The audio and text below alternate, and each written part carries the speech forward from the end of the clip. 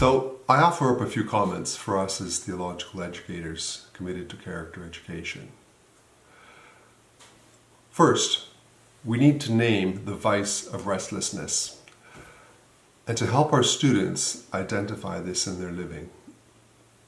Now, some of these can be particularly accentuated by the wealth of information and stimuli on the internet. There's just so much out there, and this restlessness is actually stimulated by the wealth of information, but also the wealth of information in our own schools, in our libraries, in our school activities, our seminars, our workshops, our special events, our media, our online course-related sources. There's just so much out there for our students today.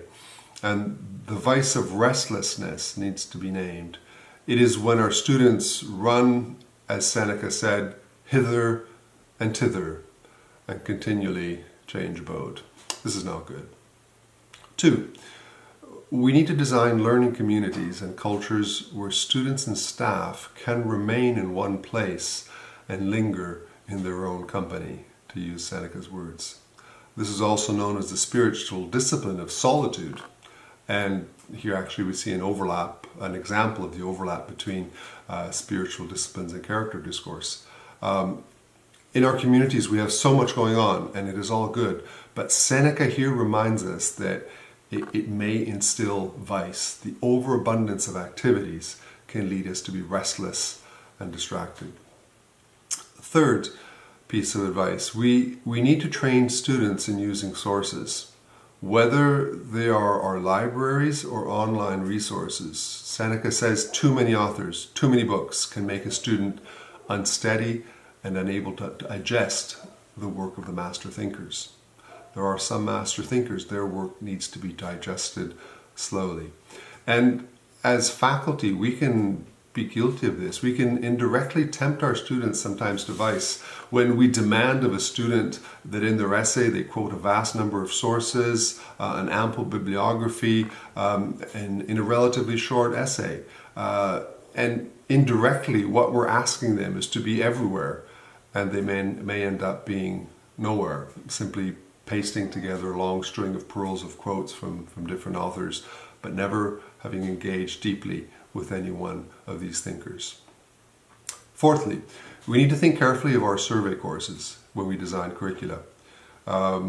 Certainly we try to give the lay of the land, and at some levels this is very appropriate in survey courses. But then we need to, using Seneca's words, keep the plants in one place to make them strong. We need to heal the wounds with the same medicine, and not with a constant critical engagement and comparison of different medicines. And oftentimes we can fall into that. The enhancement of critical thinking skills, students are continually comparing sources, criticizing sources, rather than allowing these sources to be like medicine to them. And this might apply particularly well to biblical studies, but other disciplines are certainly also involved. And fifthly, we suggest that our students only possess the books they can read. This is what Seneca says. Don't own any more books than you can read. I don't know if I agree fully with this.